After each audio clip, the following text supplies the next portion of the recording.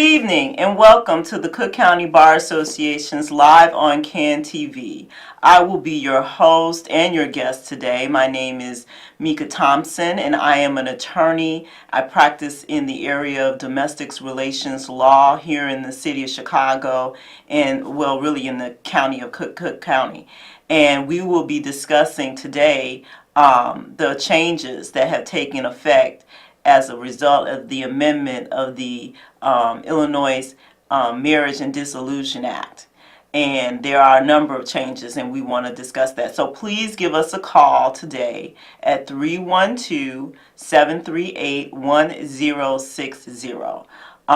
If you have any questions to the conversation, please feel free to interrupt the conversation and call, and we'll get your question on the air. As you may know or not know, the Cook County Bar Association is the oldest association of African American lawyers and judges in the United States. And we take this time every Monday at 6:30 to have a conversation with the viewing audience and a guest who has a background in the law or public policy or has some experience with an emerging topic that's being discussed in the media. And we want to inform the public about different issues of legal import. So I am an attorney, and while I do practice law and I'm licensed to practice law in the state of Illinois, I do not represent your particular interests. So please feel free to contact the Cook County Bar Association to discuss any legal issues that you have in specifics. You can contact the Cook County Bar Association by going to their website. Here's the website. It's cookcountybar.org. You can click on lawyer referral, and you can view a list of attorneys, their practice areas, and their contact information. You can also contact the Cook County Bar Association by calling their number, and that's 312-630-1157, and also be referred an attorney over the phone if you'd rather speak to someone. Because some people prefer to have a conversation with someone. Oh, and also if you look at the website, you can also find out about updates about different events that are going on that are free to the public because it's a non-for-profit organization. So please feel free to take advantage of the opportunity to get information from the Cook County Bar Association. So to begin our conversation, we're going to be again discussing changes in the law that took effect beginning in 2016, and there are also some changes that took effect in 2017. So to begin, the first group of changes affected the language and how we communicate issues pertaining to family law. Most particularly with divorces. There is no longer custody or visitation rights. The language was changed. So now if you are seeking a divorce and you want to retain full custody, what was termed full custody of your children, you would now seek what is called parental responsibility. And it's no more custody. If you're looking for visitation, then you're looking for parenting time and no longer just visitation. So if you consider the language, visitation now is something that was in the past was something that was awarded to the non-custodial parent. Now that we're talking in terms of parenting time, this is something that can be agreed upon pursuant to a marital dissolution marital settlement agreement, or it could be determined where the parties can't agree. The judge can make a determination with regards to parenting time, and in so doing, the judge or the parents are dividing that time. So it's no longer a question of whether or not the non-custodial parent gets visitation and what that visitation will look like. Now we discuss it in terms of how do we best serve the interests of the child and provide parenting time for both parents. So it's the mother and the father whose parenting time is being discussed and must be determined either by themselves through a marital settlement agreement or by the court. So that is an expansion of the rights that are involved in the dissolution of marriage, and no longer just a narrow focus on the non-custodial parent. So in changing the language, we change the breadth of the rights that are involved. So that's the issue with the parenting time. And so now with parental responsibility, it's no longer a question of as before, custody and control of the child and who gets to do what. It's now a question of who is willing to take on the responsibility of ensuring that the child is able to participate in school activities, whether they be extracurricular, who determines what schools they go to, who is participating with regards to health care, the selection of doctors, pharmaceuticals, and then also with regards to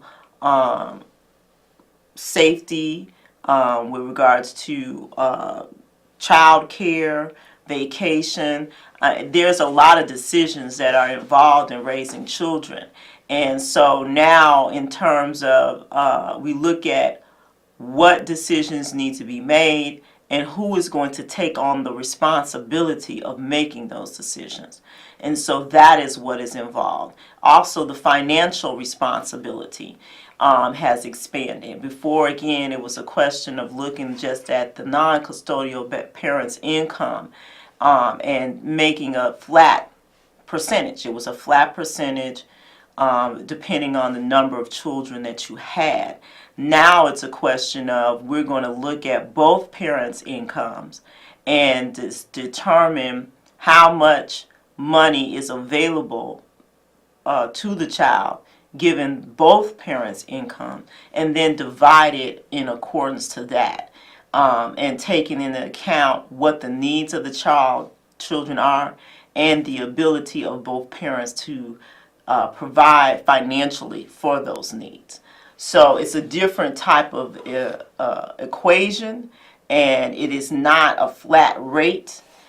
So the decision that affects one parent will not necessarily determine the decision that affects another. It will really be a case-by-case basis. So, and the ability to really predict how any one parent's what their child support will look like is still a question. I'm going to court along with all other attorneys in the state of Illinois, and we're using the law, using the formulas that are put into place, and we are litigating in the courtrooms. There is not enough case law right now to be able to predict, if the family is making, both parents are making this amount of money, or if the father's income is so many percentage higher than the mother's, this is what the child support will look like. We're not at that point yet. So, but what I want to inform the public is that if you already have a decision with regards to child support in place and it's working for you, you may not want to change it right now, whether you be a father or a mother, because the law has changed and it's not really predictable at this time how that's going to break out. So stay tuned and continue to participate in the conversations that we have on this show to find out more, because we will be reporting on this as time goes on, and as the cases are moved up the courts to the appellate level, and the appellate level and the Supreme Court weighs in and better interprets the laws that are now in effect. So the other changes that are affecting, this is a big one, is the grounds. We are now officially a no-fault state. Prior to the enactment of this, the amendment of our Marriage and Dissolution Act, we had available to any petitioner who was filing for divorce a number of fault grounds upon which a divorce could be ruled upon. And the first one was its impotence, bigamy, adultery, abandonment, drug abuse, and extreme abuse, physical abuse or emotional abuse, felony conviction, and also STDs. With regards to the impotence, if there was, it was impossible for one of the parties to a marriage to engage in any type of sexual activity with their partner, then there was a ground for divorce. With regards to adultery, if there was any type of interaction with someone other than the married party on adulterous activities, then that was a ground for divorce. The abandonment was a ground where the one party was separate and away from the other party for over a year. Drug abuse could be alcohol or any type of drug, mind-altering drug. And then attempted murder also was a ground where a person was convicted of a felony. That's a basis. And then spreading an STD to your partner was also a grounds for divorce. These grounds are no longer available. The court is looking at irreconcilable differences as the grounds. The idea is that the society in this state and across the country has changed, and our perspective on marriage has changed. And the goal should be, or at least statutorily, is now to examine to focus on the children and the needs of the children and the best interests of the children and the parties involved, and not to place blame when trying to separate assets, trying to make determinations with regards to parental responsibility, regards to visitation, regards to the whole divorce. The goals should not be focusing on placing blame. The goals should be focusing on what is in the best interest of the family and assisting the family in moving forward as two separate entities instead of being one unified entity. So with that regard and with that mindset, that is what the statute seeks to achieve now. And so it's a no-fault grounds that is being pursued when you file for divorce in the state of Illinois. Another change was the removal of causes of actions that were referred to the heart bomb causes of action. That included alienation of affection, it included breach of promise, as well as criminal conversation. So these are no longer causes of action that can be filed in the state of Illinois when you're seeking a divorce. Now, the breach of promise is with regards to, for example, if you promise to marry and you don't follow through, that would be a basis for divorce.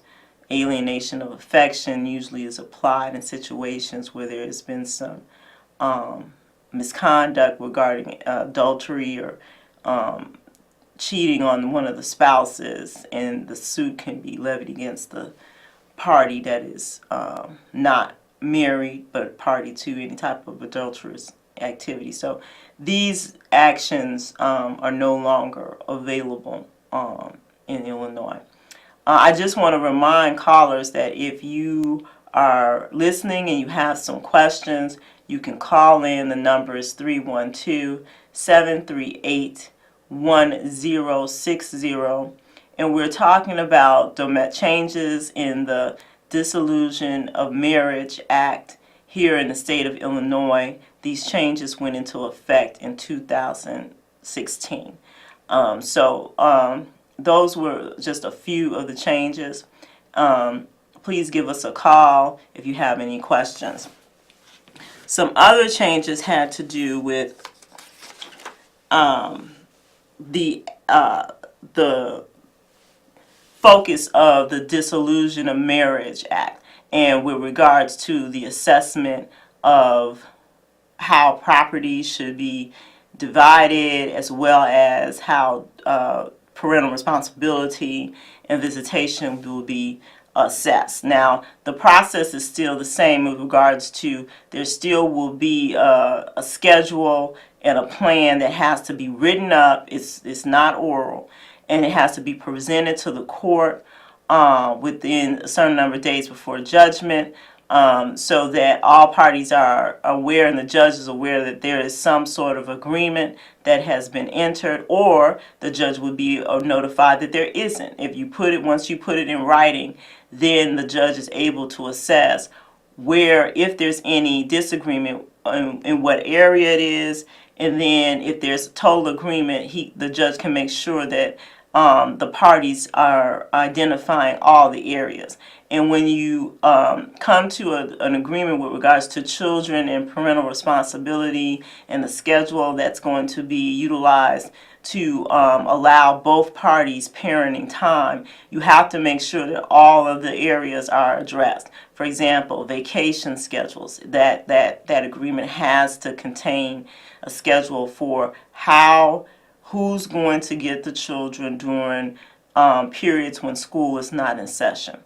And then what vacation will the child be spending their summer break with the parent who goes on vacation, or with the father or the mother, or whatever, however the relationship is structured, because in the state of Illinois, we do recognize marriages that are between same-sex couples. So the parents could be two women or two men. So however the family is structured, the court needs to make sure that all of those areas are considered. So you have vacations, you have the school holidays, you also have birthdays of the parents, religious holidays. You also have to take into effect the religious affiliation. If there's going to be any type of christening with the child, what religion they're going to be in, both parties need to agree with regards to that.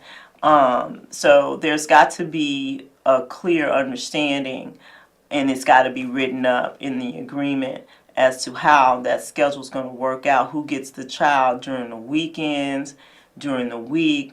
Parental responsibility can now be divvied up. It's not a situation where only the parent who is taking care of the child during the week and has what is residential parental responsibility has total control or say-so with regards to what happens with regards to homework and school. Both parents should have access to the children even during the week. With the advent of technology, parents can participate in email conversations once the children become of age. We have a caller. Caller, what is your question? Good evening. How you doing tonight, sweetheart? Fine. I'm fine. How are you? I'm okay. This is Paula calling. I got a question to ask you. You look so nice this evening. Oh, thank you. You're so good. Love watching you every week. You're better off by yourself. Oh, thanks. Thank you. Don't have to talk to nobody sitting next to you. You do good just by yourself. And you look like an intelligent woman from the Cook County Bar Association. Oh, Am thank I right? you. I truly appreciate you. I got You're the wonderful. Right I needed you here. Let me tell you what happened to me if you got a second, okay? I've been a waitress all my life. Back in 2012, I was working at a restaurant for 9 years, and the last owners that came in sexually assaulted me. And so, anyhow, there was another girl in the restaurant. They also sexually assaulted her. It couldn't stop. He kept touching me, blah, blah, blah. We went to Franklin Park Police Department to file a sexual assault against him. The first thing you know, the police department only charged him with battery. Okay. Now we go to court to Maybrook 27 times. The guy pays off the one girl so that she don't have to go to court. I went one step further and come in downtown to human rights. I fought for 2 to 3 years in that human rights. And through your Cook County Bar Association, I had to find me a lawyer, see? I needed a criminal sexual lawyer. I wound up with a real estate lawyer. For 2 years, I had him and another person, both fighting the human rights. We had the witnesses, we had the perpetrator, we had everything. For 3 years, I fought that. Finally, it come down to my day for the daily, come down to the court. Here they all are, the perpetrators in the court. But after I went to human rights and stayed with that lady all day from morning till night in court, the lady honored me $123,000 for what I went through. Okay. By the time it was all over with, between these 2 lawyers that I got through the Bar Association, we had to pierce the corporate ladder. Honey, we did every step there was to possibly do. I wound up, I didn't do it for the money. I did it to make a stand. I'm just a waitress. I've been there 9 years. Leave me alone. Let me make my bacon and eggs. And it wouldn't stop.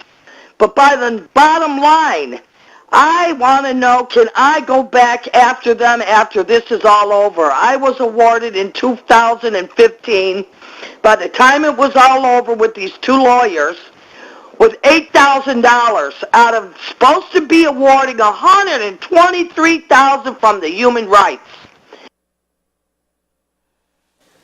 Oh, I don't know. I would have to really look at that, and that's not my area of expertise. I would have to refer that to an attorney that does employment. A judgment was entered in a court, or was it entered with the Human Rights Commission? Okay, so I'm not certain. I would have to refer that to an attorney that does employment law, because that's not an area that I practice in. But I thank you for your question and your compliments. I appreciate your continued support of the TV show, and I encourage any other viewers that may have questions to call in. But getting back to the domestic relations issues with regards to the changes in the law, I do suggest that at the end of the day, parents will get a better result and have an agreement or decision that will stand the test of time if they can come to an agreement and have the attorneys draft an order that will reflect the agreement that they come to. It's in the best interest of their children, and they have better control over the course that their relationship takes in the future. So I would always encourage parents to do it on their own. But this concludes the show today. I thank the caller for tuning in. I thank the listening audience. Please tune in next week when we will have another attorney present to discuss another area of law. Okay? Thank you and have a good evening.